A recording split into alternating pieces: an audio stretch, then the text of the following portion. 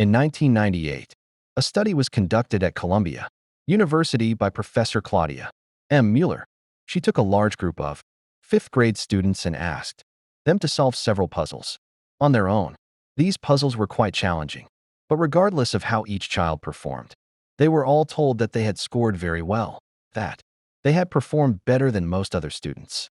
Later, half of these students were told that they achieved high scores because of their hard work, while the other half were told that it was due to their intelligence and talent.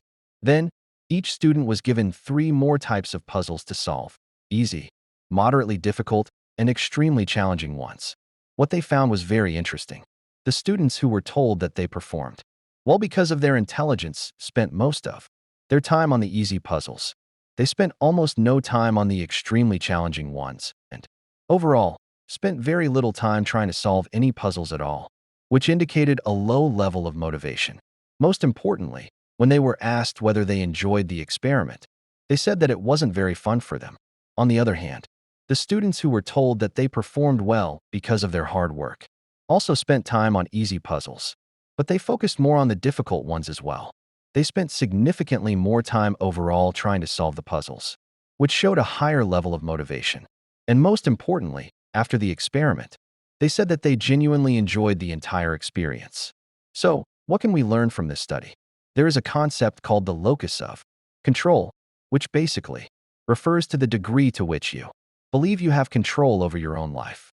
The children who were told that they succeeded because they were intelligent and talented began to believe in an external locus of control.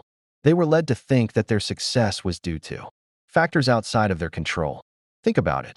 Can you really control whether or not you are born smart? On the other hand, the children who were told that they did well because they worked hard started to believe in what is called an internal locus of control. They believed that the factors leading to their outcomes were within their control. It was their hard work and extra effort that allowed them to succeed, because how much effort you put into something is completely within your control. Studies on the locus of control, like this one, have shown time and time again that having an internal locus of control is the key to staying motivated. If you want to feel motivated all the time, you must feel that you have control over your life and that you are responsible for what happens to you. I've seen this with my own eyes.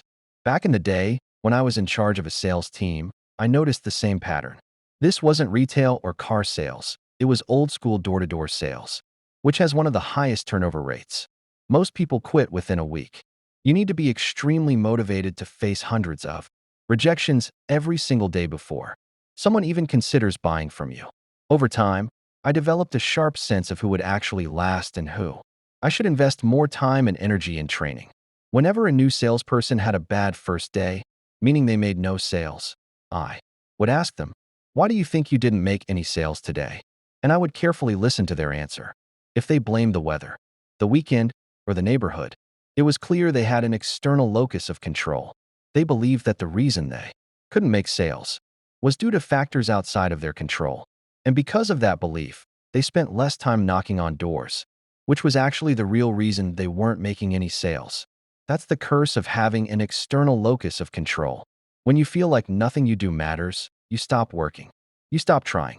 Because what's the point of trying when it feels like the world is against you? So, how do we develop an internal locus of control and stay motivated all the time?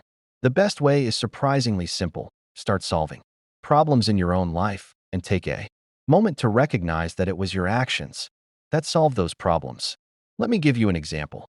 Imagine you're someone who struggles to fall asleep. So, you do some research and find out that getting more sunlight in the morning, using your bed only for sleeping, and installing a blue light filter on your phone can help you fall asleep faster. You apply all these changes, and soon enough, you notice that you're falling asleep 15 minutes faster and your sleep quality has improved. When you notice this improvement, tell yourself, "Wow, this happened because of the changes I made and the effort I put in. I am now able to sleep better because of my own actions." It's that simple. Strengthen the belief that you are in control of your life, that you are the master of your own fate. And once you truly believe that, you will never lack motivation again.